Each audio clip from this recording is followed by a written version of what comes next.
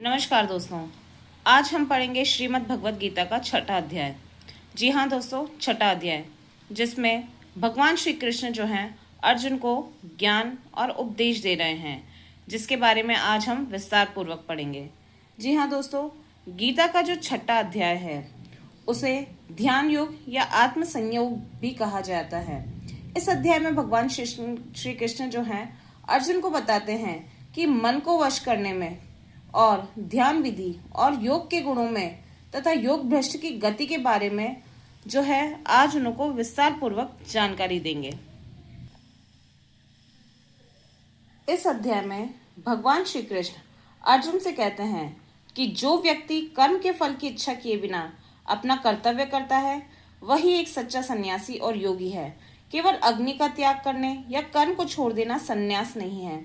जी हाँ दोस्तों, यहाँ पे भगवान जो श्री कृष्ण है वो अर्जुन को बताते हुए कहते हैं कि जो व्यक्ति अपने फल की इच्छा, अपने कर्मों के फल की इच्छा किए बिना अपने कर्तव्य को पूरी निष्ठा के साथ, पूरी लगन के साथ निभाता है, वह एक सच्चा सन्यासी और योगी है। केवल अग्नि का त्याग करने या कर्म छोड़ देने से या फिर संन्यास लेने से वो योगी नहीं बन जाएगा। क्योंकि मान लीजिए कि कोई व्यक्ति जो है अपने कार्यों को छोड़कर और कहीं दूर जाके संन्यास ले ले तो वो भी सही नहीं है। इंसान अपने कर्म करते हुए, फल की इच्छा ना करते हुए, अपने कर्म करते हुए अपने योग को प्राप्त कर सकता है, वही एक जो है सच्चा सन्यासी कहलाता है। जी हाँ दोस्तों, सच्चा योग कर्म छोड़ने में नहीं बल्कि निस्वार्थ भाव से कर्म करने में है कि यहाँ पर जो है हमें जो है निस्वार्थ भाव से हमें हमेशा अपने कर्म करते रहना चाहिए। यहाँ पर श्री कृष्ण जो है अर्जुन को बताते हैं कि जो व्यक्ति अपनी इच्छाओं का त्याग नहीं कर सकता वो कभी सन्यासी बन ही नहीं सकता। क्योंकि जो इंसान की इच्छाएं हैं वो उन सब चीज़ों को उससे अलग कर ही नहीं, उन चीज़ों से वो अलग हो ही नहीं पाएगा। तो यहाँ पर जब तक वो व्यक्ति जो है अपना संसारिक मोह नहीं छोड़ेगा, मतलब कि जो चीज़ों से उसको लगाव है उनको दूर नहीं करेगा, अपने संकल्पों का त्याग नहीं करेगा, तो वो जब तक योगी नहीं बन सकता। जब तक उसके मन में किसी चीज को पाने की इच्छा रहेगी तो वो योगी बनने के रास्ते पे अग्रसर नहीं हो पाएगा। क्योंकि जो व्यक्ति योग की शुरुआत करना चाहता है उसी के लिए कर्म करना बहुत ही आवश्यक है। जो योग में स्थित हो गया है उसी के लिए मन में शांति बहुत ही जरूरी है। मतलब कि जो व्यक्ति जो है योग को पाना चाहता है तो उसको जो है कर्म निरंतर करना पड़ेगा और अपने मन में जो है बिल्कुल शांति बनाए रखनी पड़ेगी, जिससे कि उसको क्योंकि योग की जो मुख्य साधना है वो शांति है। क्योंकि आप किसी चीज के प्रति जो है आपकी इच्छाएं जो है कुछ नहीं है, आप कुछ पाना नहीं चाहते, बस आपको अपने कर्म करने से मतलब है, आपको किसी चीज को पाने की इच्छाएं नहीं है। यहाँ पर भगवान श्री कृष्ण कहते हैं जो व्यक्ति जो है अपनी इंद्रियों पे नियंत्रण पा लेता है, मतलब कि अपनी सभी इंद्रियों के ऊपर वो नियंत्रण कर लेता है कि चाहे ना तो उसे भूख लगे ना प्यास लगे, उसकी सुख दुख में सब जगह एक समान परिस्थिति हो, उसको ना कुछ प्राप्त करने की इच्छा हो, बस वो निरंतर अपने कर्म जो है अपनी पूरी निष्ठा के साथ करता जाए और उसका अपनी इंद्रियों के ऊपर पूरा नियंत्रण हो। चाहे मित्र हो चाहे शत्रु हो, वो सभी को एक समान दृष्टि से देखे। उसके मन में ये ना आए कि नहीं ये तो मेरे करीबी है या ये मेरा मित्र है तो मैं इसके साथ अच्छा व्यवहार करूं, और ये मेरा दुश्मन है या ये मेरा शत्रु है तो मैं उसके साथ थोड़ा अलग व्यवहार करूं। यहाँ पर वो व्यक्ति जो है सभी लोगों को एक समान दृष्टि से देखता है और सुख दुख में उसके जो है भाव हमेशा समान रहते हैं। उसको कोई इन चीजों से ज्यादा फर्क नहीं पड़ता है। समान अपमान और सम्मान की स्थिति में भी वो एक ही जैसा व्यवहार करता है। वो जो है उसको सभी चीजें, जैसे कि आप मान लीजिए कि सोना चांदी हुआ, पत्थर हुआ, मिट्टी को, वो सभी चीजों को अमूल्य नहीं समझता। वो सभी को एक ही समान दृष्टि से कि नहीं मैं ये कार्य करूंगा तो मुझे सोना मिलेगा या फिर मुझे इसके बदले में कुछ प्राप्त होगा, नहीं। यहाँ पर वो व्यक्ति जो है सभी चीजों को सामान्य रूप से और एक ही स्थिति में देखता है। फिर भगवान श्री कृष्ण जो है अर्जुन को बताते हैं कि ध्यान करने की सबसे सही विधि क्या है, कि हमें ध्यान जो है किस तरीके से करना है।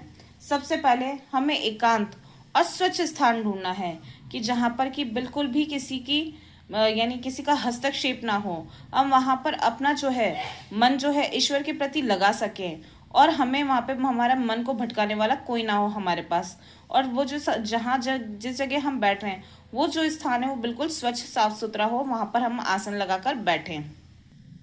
हमें हमारे शरीर, सिर और गर्दन को सीधा रखना है और सीधे बैठना है। दृष्टि नासिका के अग्रभाग पर रखें और बिल्कुल जो है हमें अपनी दृष्टि जो है सामने की तरफ अग्रभाग में रखनी है। और भगवान को याद करते हुए हमें जो है अपनी स्थिति को है जो स्थिर बनाना है। मतलब कि हमें जो है सिर्फ इस समय जो है भगवान का ही ध्यान करना है, भगवान के ही बारे में जो है हमें सोचना है और उन्हों को ही याद करते हुए उन्हों के बारे में ही स्मरण करना है। यहाँ पर भगवान श्री कृष्ण हमें बताते हैं कि बहुत अधिक खाने से या बिल्कुल ना खाने से, बहुत अधिक सोने से या बिल्कुल ना सोने से योग नहीं मिलता है। कि एक चीज है कि कभी आपने जैसे बहुत ज्यादा खाना खा लिया तो आप जो है भगवान का ध्यान नहीं लगा पाए, क्योंकि आपको आलस आ रहा है। एक आपने खाना कम खाया तो भी आप भगवान का ध्यान नहीं लगा पा रहे हैं। तो भगवान को पाने के लिए हमें जो है हमारे शरीर को कष्ट देने की कोई जरूरत नहीं है। आप जो है हर समय सामान्य स्थिति में रहें, अपना जो है खान पान उसको भी स्वच्छ रखें। आप ऐसा कोई खान पान खाने में यूज ना करें जिससे कि आपको जो है यानी अच्छा ना लगे या फिर आपको अच्छा महसूस ना हो। तो आपको जो है जितना आपके शरीर को जरूरत है आप उतना ही खाना खाएं और बहुत अधिक सोना नहीं है, क्योंकि जो है हमें प्रभु के ध्यान में हमें ध्यान केंद्रित करना है। और यहाँ पर जो है हमें संयमित रूप से भोजन लेना है, मतलब कि बिल्कुल संतुलित आहार लेना है। और भगवान का नित्य प्रतिदिन हमें जो है अपना आसन लगा के भगवान का ध्यान करना है, जिससे कि हम अपना जो है भगवान की तरफ अपना पूरा ध्यान जो है एकाग्रचित्त होकर लगा सके। जो व्यक्ति अपने इस आचरण के यानी वो सादा जीवन जी के, अपना सादा आहार लेके और नित्य प्रभु का ध्यान करके एक सादा जीवन जीता है, तो वही व्यक्ति जो है योग को प्राप्त कर सकता है। वही सही मायने में सच्चा सन्यासी कहलाता है। परंतु आपने कई बार ऐसा देखा होगा कि जब भी हम ध्यान करने बैठते हैं, ईश्वर की भक्ति में अपना मन लगाने बैठते हैं, तो हमारा जो मन है कई बार विचलित हो जाता है। हमारे मन में आस पड़ोस की, हमारे घर की कई सारी घटनाएं जो है हमारे दिमाग के सामने घूमने लग जाती है और हम सोचने लग जाते हैं। तो हम जब भगवान का ध्यान करने बैठे हैं तब हमें इन सब चीजों का ध्यान रखना है कि जब भी हमारा मन विचलित हो तो वापस हमें जो है हमारा मन जो है ईश्वर की भक्ति में ही लगाना है। हमें जो है अपना ध्यान को विचलित नहीं करना है। सभी व्यक्ति को हमें जो है समान दृष्टि से देखना है और सभी व्यक्तियों से जब हम आचरण करें तो हमें ये मानना है कि यह जो सभी लोग हैं ये सब जो है परमात्मा के ही भेजे हुए जीव हैं। तो हमें जो है इन लोगों में कोई भी भेदभाव नहीं करना है, क्योंकि भगवान श्री कृष्ण बताते हैं कि इंसान का जो मन है, तो मन जो है इतना चंचल होता है कि वह कभी एक जगह स्थिर ही नहीं होता है। वो हर पल में हर जगह भटकने लग जाता है। कभी उसको कोई अच्छी चीज दिखेगी तो उसका मन वहां भटक जाएगा, नहीं मेरे पास ये भी होना चाहिए। तो यहाँ पर कहने का मतलब है कि संसार का जो सबसे कठिन काम है अपने मन को एक जगह स्थिर रखना है, कि अपने मन को जो है प्रभु की भक्ति में लगाना है। कई बार हम भक्ति करने लगते हैं तो हम और कई चीजों में भी खो जाते हैं कि हमें तो नहीं ये भी चाहिए, हमें वो भी चाहिए। हम हर चीजों के प्रति जो है अपना रुझान आने लग जाता है। तो जैसे बोलते हैं ना कि वायु को रोकना मुश्किल है, कि जब हवा चलेगी तो वो तो हवा तो हर जगह फैलेगी।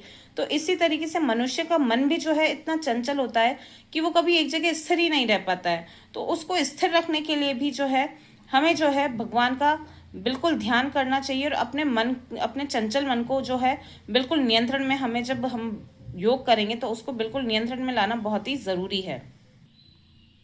और भगवान श्री कृष्ण कहते हैं कि सभी योगियों में वह योगी सबसे श्रेष्ठ है जो श्रद्धा के साथ अपने मन को मुझ में लगाकर मेरी भक्ति करता है।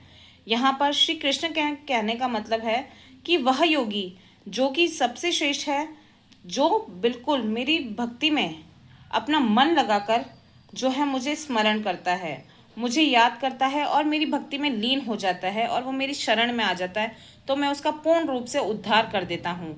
तो जी हाँ दोस्तों, यहाँ पर जो है हमें जो है भगवान श्री कृष्ण की भक्ति में अपना मन लगाकर जो है उन्हों को अपने आप को समर्पित कर देना चाहिए, जिससे कि हम जो है हमारे मन को स्थिर रख सकें और भगवान की भक्ति कर जो है हम जो है मोक्ष को प्राप्त कर सकें।